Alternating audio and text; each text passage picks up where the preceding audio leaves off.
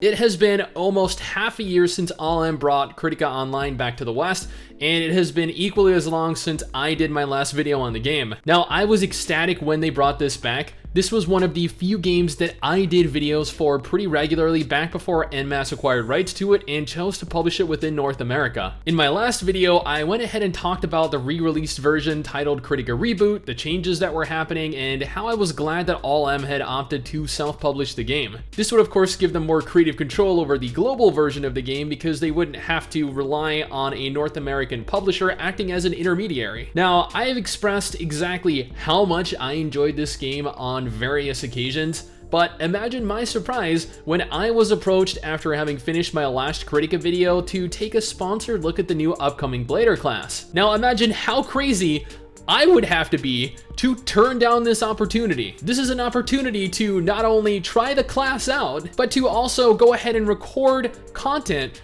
for you guys to consume ahead of time, right? So if you're interested in what you see, of course you can go ahead and click that link in the description in the pinned comment to be taken right to the download of the game. So before doing anything, naturally I headed straight into character creation. And my god, did I enjoy what I could do with her. Like, just take a look at this. Does she not look just like Harley Quinn from the new Birds of Prey movie, huh?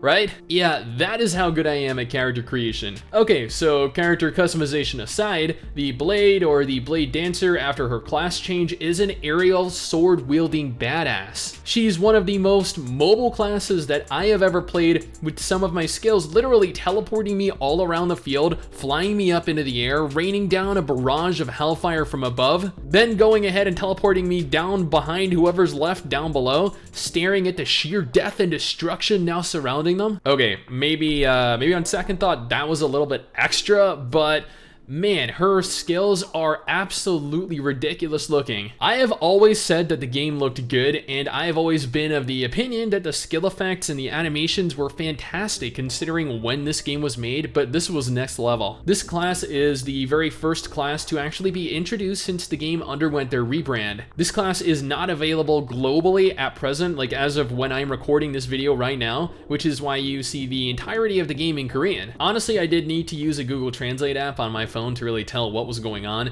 but after a few minutes in game, I remembered what did what and didn't really have any further issues. Honestly though, this new class, this new character, since yes, all classes in Kritika are gender locked, is one of the reasons that I am glad ALLM are self-publishing their game over here now. Not only do we not have to wait for a North American publisher to go back and forth with the South Korean developer before finally releasing content months if not years after their official version, but I get to work directly with the developers themselves. Keeping an MMO, or heck, even keeping a game alive without the addition of new content is impossible. Sure, you can have players go ahead and repeat or replay the same content if there are differing routes to take, varying levels of content to choose between, but to keep the player base growing, you need to provide them new content to play through. This can be story-related content, this can be new areas to explore, new dungeons or new raids to run, or new classes to play and learn from scratch. New classes do, after all, provide a reason to replay older content as you get to slowly grow and learn your character. It also promotes additional activity because it has new players signing in and continuing to level with other new players. Now, I typically play as a mage in MMOs because I love magic. I played through initially as the scythe-wielding Reaper because,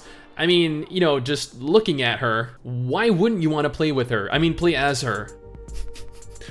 Okay, well, Mrs. Sticks is now glaring at me. I'm actually half tempted to go ahead and edit this out now, but in case I do not make it past today and I mysteriously disappear, I would like this here as record. But jokes aside, playing as this new class was actually really damn fun. By far the most enjoyable class that I have gotten to play in Kritika or even in the rebranded Kritika Reboot. This is the class that I will definitely main going forward, at least until something more fun comes out, which hopefully is in the latter quarter of 2020, but who knows what the future holds. Again, if you're interested in trying either Kritika Reboot out, which honestly, if you're a fan of action combat, you really should, or even just retrying the game out with a new class, go ahead and click that link in the description and the pinned comment below. I mean, worst case scenario, you what? Waste an hour of your time and end up not enjoying yourself? But I mean, during your current prolonged stay at home, what do you even have to lose? But I mean, that is just my opinion, my impressions of the upcoming class in Kritika Reboot. What do you guys think though? Let me know down in the comments below and let's talk about it.